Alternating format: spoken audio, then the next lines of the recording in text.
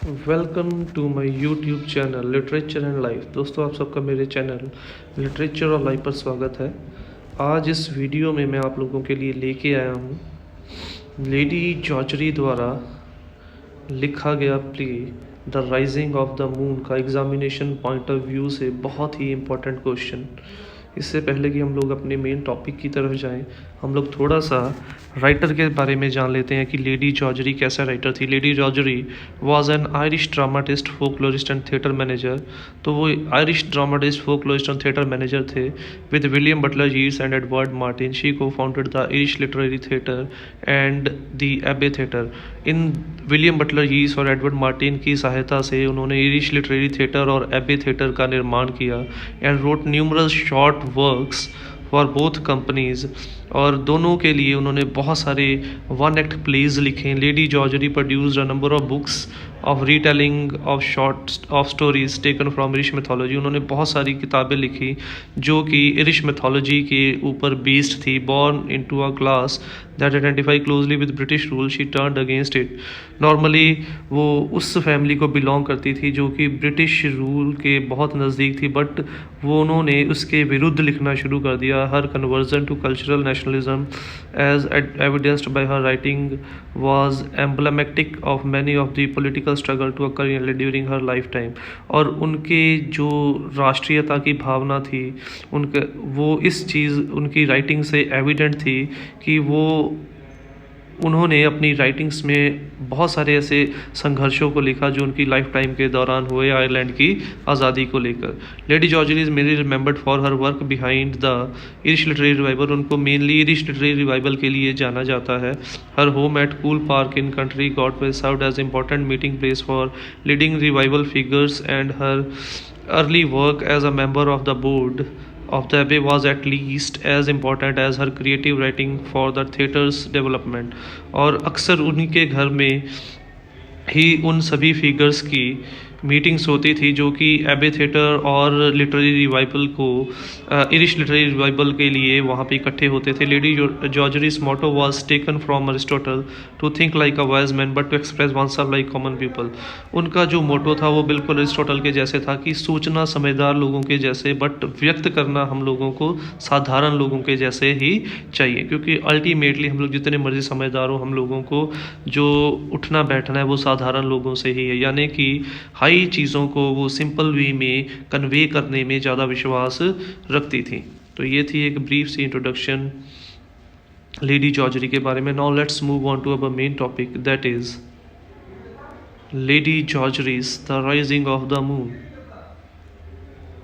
Question of the drama, explain the significance of the title and its appropriateness. जो title रखा गया है the rising of the moon, क्या वो सही है, और अगर सही है तो किस प्रकार से सही है।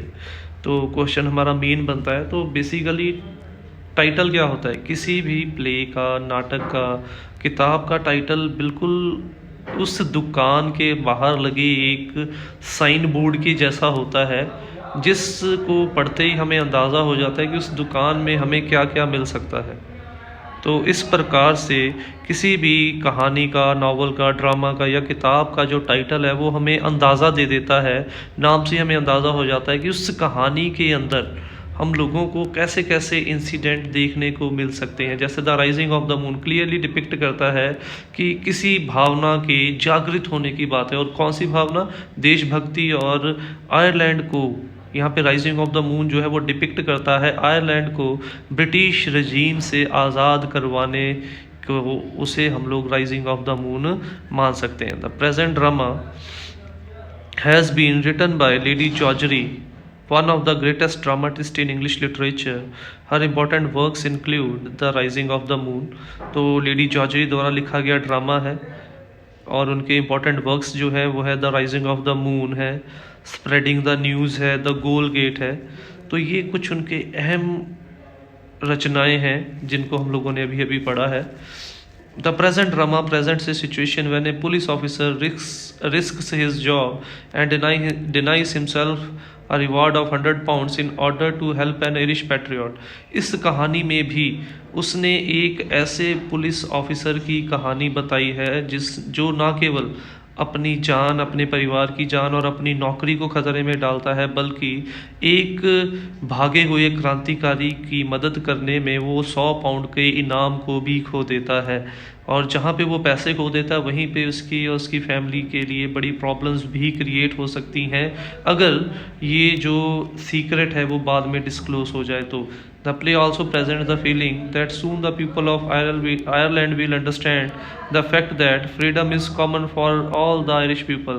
और प्ले जो है वो इस भावना को भी व्यक्त करता है कि जल्दी ही आयरलैंड के रहने वाले या आयरलैंड के रहने वाले लोगों को इस चीज़ का एहसास हो जाएगा कि जिस आज़ादी के लिए वो क्रांतिकारी लड़ रहे हैं वो आज़ादी केवल उनके लिए नहीं है, वो सभी आयरलैंड में रहने वाले लोगों के लिए एक है।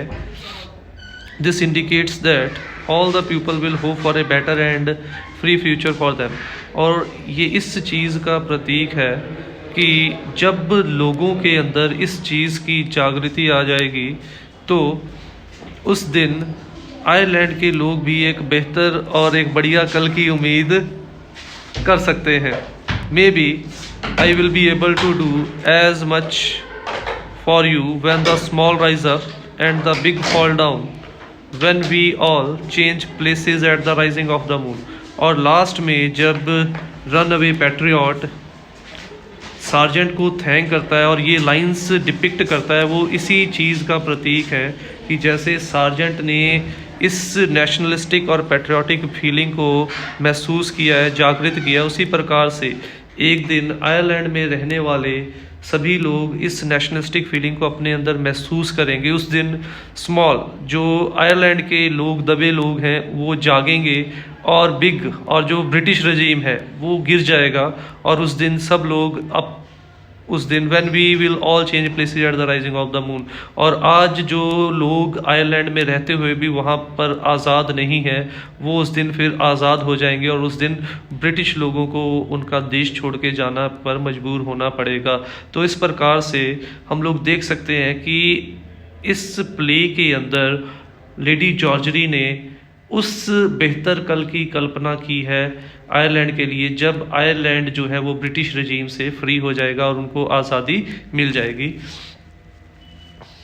The title of the story or a drama is just like a soundboard outside a shop which indicates what content it contains. Similarly, the title of a novel, drama, story, etc. should be such that it may make us clear the central idea of the drama। तो title of the drama या कहानी या poem या book हम लोग ये मान के चल सकते हैं बिल्कुल एक दुकान के बाहर लगे साइन बोर्ड के जैसे है, जिसको पढ़ते ही हमें अंदाज़ा हो जाता है कि उस दुकान में हमें क्या क्या मिल सकता है। उसी प्रकार से किसी नावल के, ड्रामा के या कहानी के टाइटल को पढ़ते ही हमें अंदाज़ा हो जाता है कि कहानी में हमें क्या क्या देखने को मिल सकता है या कहानी का या उस किताब का सेंट्रल आइडिया क्या हो सकता है। तो इस प्रकार से जो टाइटल है वो बहुत ही एप्ट और सही होना चाहिए जो कि वाकई में हम लोगों को एक अंदाज़ा दे सके आने वाले इवेंट्स के बारे में। The present drama tells about A sergeant, a law abiding police officer and ragged man. तो दो मेन कैरेक्टर हैं, एक है सार्जेंट जो कि अपनी ड्यूटी के प्रति बहुत ही ईमानदार है, निष्ठावान है, and ragged man that is a run away patriot. दूसरा है रैग्ड मैन जो कि जेल से भागा हुआ क्रांतिकारी है। The police officer has come here to arrest that man who has run away from the jail. Police officer sergeant जो है वो वहाँ पे इसलिए आया है ताकि वो उस भागे हुए क्रांतिकारी को पकड़ के जेल में डाल सके। He thinks that catching him will not ensure a promotion for him but will also give him a reward of 100 pounds. वो ये जानता है कि जो भी उस क्रांतिकारी को पकड़ेगा उसे ना केवल 100 पाउंड का इनाम मिलेगा बल्कि उसकी महकमे में तरक्की होना, प्रमोशन होना भी पक्का है। ये 100 pound is a little enough for the government to offer for him. वो तो इसीलिए वो कहता है कि नो डाउट जो 100 पाउंड है वो बहुत कम है उस क्रांतिकारी के लिए। You may be sure any man in the force that take him will get promotion. But ये भी पक्का है, ये भी श्योरिटी है, वो अपने आप से बातें कर रहा है कि जो भी शख्स उसे पकड़ेगा उसे उससे 100 पाउंड के इनाम के साथ साथ प्रमोशन जो है वो भी पक्का मिलेगी। Meanwhile, that man also arrives there in the guise of a ballad singer. He applies different tricks to make the policeman agree with him.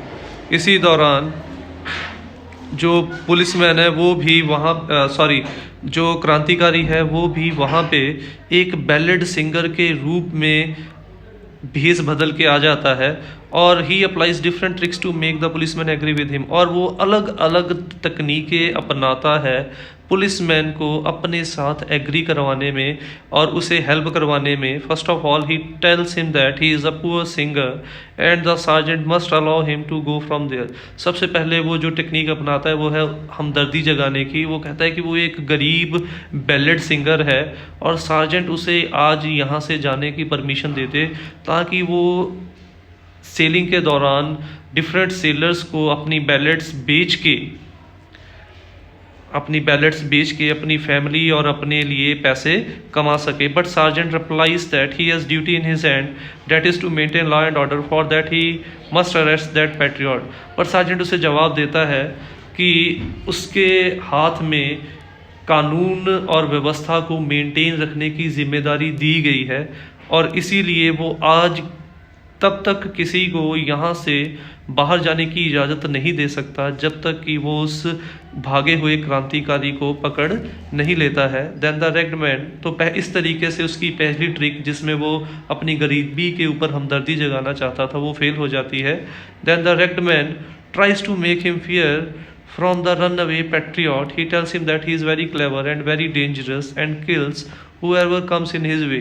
अब वो दूसरा अपना तरीका, दूसरा टेक्निक अपनाने की कोशिश कर रहा है. वो कह रहा है कि अब उसके अंदर पहले उसने हमदर्दी जगाने की कोशिश की, अब डर जगाने की कोशिश कर रहा है. वो कह रहा है कि रेडमैन सार्जेंट को बताता है कि जो जेल से भागा हुआ क्रांतिकारी है वो बहुत ही खतरनाक क्रांतिकारी है, वो बहुत ही चालाक और खतरनाक है और जो भी उसके रास्ते में आता है वो उसको मार देता है.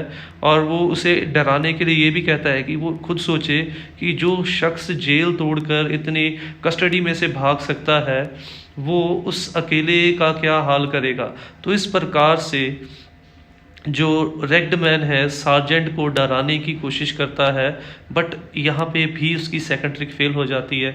सार्जेंट फिर से वहाँ से हिलने से और उसे वहाँ से जाने देने से इनकार कर देता है. Then the ragged man tries to arouse the feeling of patriotism in the sergeant by making him think of his youth. फिर अंत में वो एक और तकनीक अपनाता है जिसमें वो कोशिश करता है कि वो उस सार्जेंट के अंदर सोए पड़े देश प्यार और क्रांति की भावना को, देशभक्ति की भावना को जागृत करे. वो उसे उसके जवानी के दिन याद करवाने की कोशिश करता है. When he too had passion and love for his country, जब उसके दिल के अंदर भी अपने देश के प्रति जुनून और प्यार था. Sergeant agrees with him that in youth he would have done the same thing. Sergeant मानता है कि हाँ, अगर यूथ जवानी के दिन होते तो शायद वो भी उस क्रांतिकारी के जैसा ही करता. But now the conditions are different. पर वो कहता है कि अब हालात अलग हो चुके हैं. That is he has a family to look after and that is why he has joined the police force. वो कह रहा है कि पर अब उसके ऊपर उसके परिवार की जिम्मेदारी है और इसीलिए उसने पुलिस फोर्स को ज्वाइन किया है. तो हम लोग देख सकते हैं कि वो वाकई में जो रेग्ड मैन है वो बहुत क्लेवर है. कितनी जल्दी वो एक के बाद एक तरकीब अपनाता जा रहा है अपने आप को बचाने में और जो सार्जेंट है उसको अपना एक्म्प्लाइज, अपना साथी बनाने में. The wrecked man tries to make the sergeant agree with his view that freedom is common to all the people of Ireland. फिर वो उसे एहसास दिलाता है, उसके अंदर ये इस भावना को जगाने की कोशिश करता है कि जिस आज़ादी के लिए वो क्रांतिकारी लड़ रहे हैं वो आज़ादी आयरलैंड में रहने वाले हर एक शख्स के लिए बराबर है. And the run away patriot is not only fighting for himself, in fact he is fighting for the freedom of all the people of Ireland.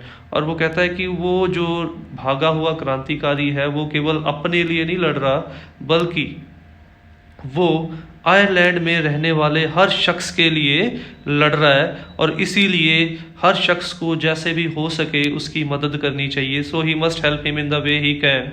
Meanwhile the friends of ragman also arrive there and the ragman starts approaching towards the boat.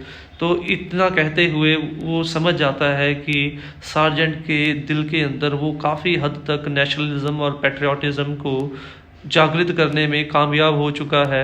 इतने में उसके जो साथी हैं boat लेके नीचे आ जाते हैं. रेगमैन जैसे ही समुंदर की तरफ जाने लगता है, sergeant at first try to stop him. Sergeant पहले उसे रोकने की कोशिश करता है but finally allows him to run away from there by risking his own job and losing 100 pound reward.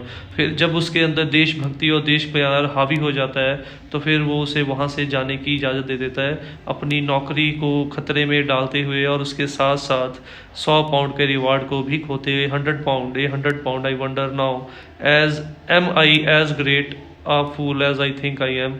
फिर से जब वो चला जाता है फिर से वो अपने मन में बड़बड़ाना शुरू कर देता है. 100 पाउंड बहुत बड़ा अमाउंट था. क्या मैं इतना बड़ा बेवकूफ़ हूँ कि मैंने हाथ हुआ चांस छोड़ दिया. बट फिर वो उसे महसूस होता है कि उसने जो किया वो उसकी तरफ से एक बहुत छोटा सा काम था अपनी मातृभूमि आयरलैंड की आज़ादी के लिए.